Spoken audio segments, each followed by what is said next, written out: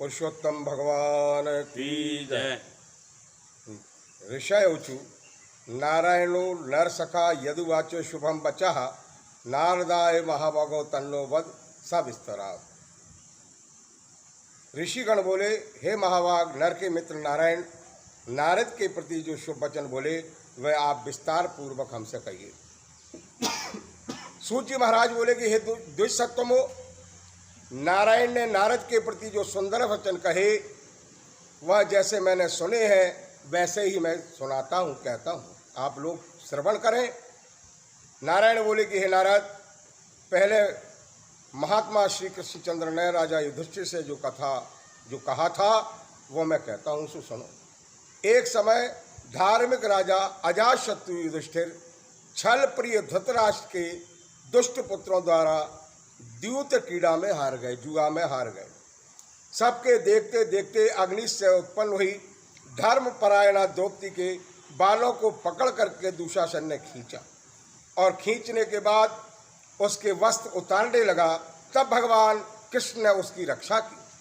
पीछे पांडव राज को त्याग करके काम्यक वन को चले गए। वहां अत्यंत क्लेश से युक्त वे वन के फलों को खाकर जीवन व्यतीत करने लगे।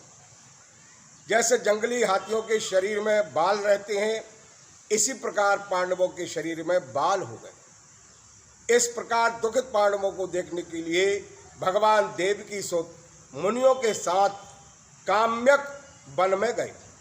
उन भगवान को देख करके मर्त शरीर में जैसे फिर से जान आ जाए, प्राण आ जाए की तरह युधिष्ठिर, भीमसेन, अर्जुन आदि प्रेम विभ्वल होकर के सहसा उठकर खड़े हुए और प्रीति से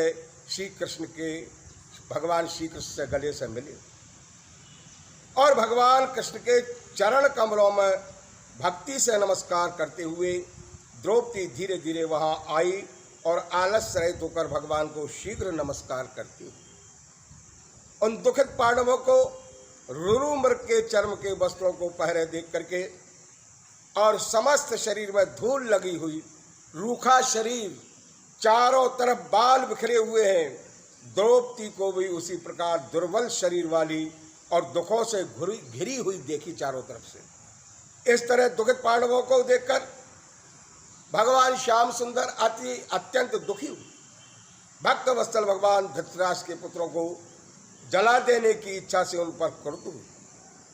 विश्व के आत्मा भ्रकुटी के चढ़ाने मात्र से सृष्टि का संहार हो जाए, नाश हो जाए। करोड़ों काल के कराल मुख की तरह मुख वाले धधकती हुई प्रलय की अग्नि के समान उठे हुए ओठों को दांत के नीचे जोर से दबाकर तीनों लोगों को जला देने की तरह श्री सीता के वियोग से संतप्त भगवान रामचंद्र को रावण पर जैसा क्रोध आया था, उसी प्रकार से क्रुद्ध भगवान को देखकर कांपते हुए अर्जुन कृष्ण को प्रसन्न करने के लिए द्रौपदी, धर्मराज और लोगों से भी अनुमोदित होकर शीघ्र ही हाथ जोड़कर उनकी प्रार्थना स्तुति कर लगे। अर्जुन बोले, हे कृष्ण, जगताम नाथ नाथ नाहम जगद्वही तमेव जगताम पाता मामना पासी कथम प्रभु। हे कृष्ण, हे जगत के नाथ, हे नाथ, मैं जगत से बाहर नहीं हूँ, आप ही जगत की रक्षा करने वाले हैं। हे प्रभु, क्या आप मेरी रक्षा ना करेंगे? जिनके नेत्र के देखने से ही ब्रह्मा का पतन हो जाता है, उनके क्रोध करने से क्या नहीं हो सकता, यह कौन जानता है कि क्या होगा। हे संहार करने वाले, क्रोध का संहार कीजिए, क्रोध का नाश कीजिए। हे तात, हे तातों के तात, हे जगतपति, आप ऐसे महापुरुषों के क्रोध से संसार का प्रलय हो जाता है। संपूर्ण तत्व को जानने वाले सर्व वस्तुओं के कारण वेद और वेदांत के बीज आप साक्षात श्री कृष्ण हरि हैं। मैं आपकी वंदना करता हूँ। आप ईश्वर हैं। इस चराचर संसार को आपने उत्पन्न किया है। सर्व मंगल के मांगल्य हैं, सबके मंगल करने वाले हैं और सनातन के बीज रूप हैं। इसलिए एक के अपराध से अपने बनाए समस्त विश्व का आप कैसे नाश करें? कौन भला ऐसा होगा जो मच्छरों के जलाने के लिए अपने घर को जला देता हो? श्री नारायण बोले कि दूसरों की वीरता को मर्दन करने वाले अर्जुन ने भगवान से इस प्रकार निवेदन कर प्रणाम किया।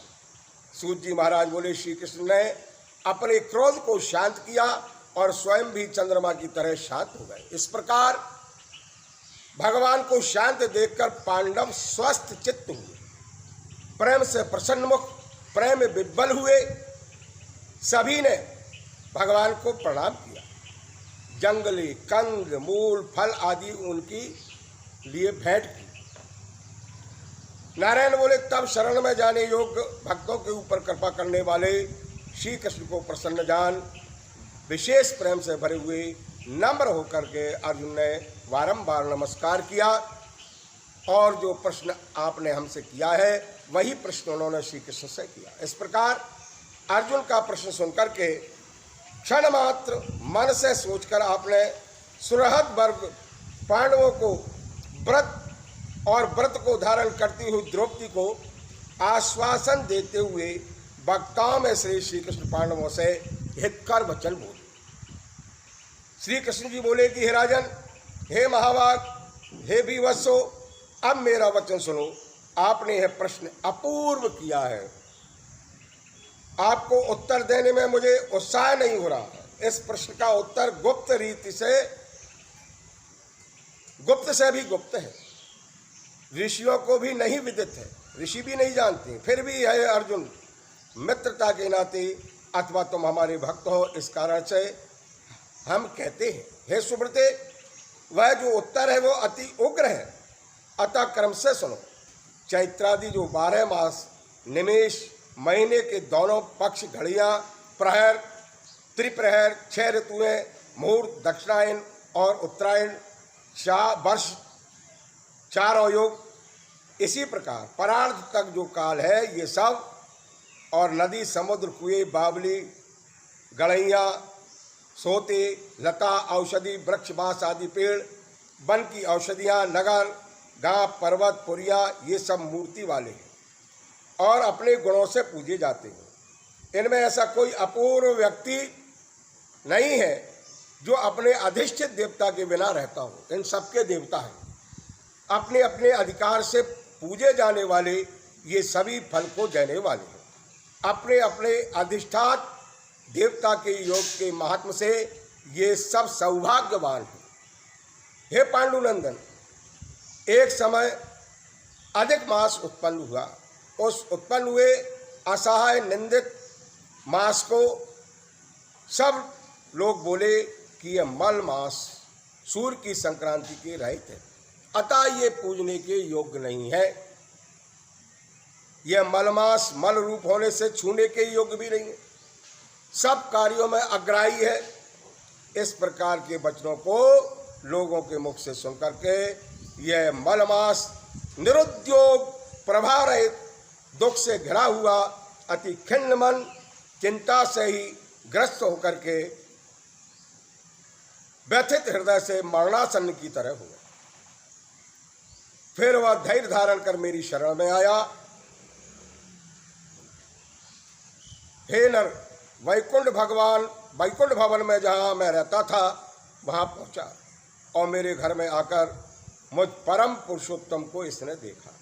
उस समय अमूल्य रत्नों से जटे स्वर्ण के सिंहासन पर बैठे मुझे देख करके भूमि में साष्टांग दंडवत करने लगा। हाथ जोड़ करके नेत्रों से बार बार आंसुओं की धारा बहाता हुआ धैर्य धारण करके गदगद वाणी से बोला।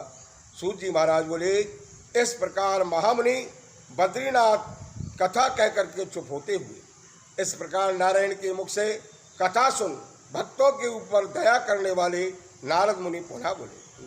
नारद बोले,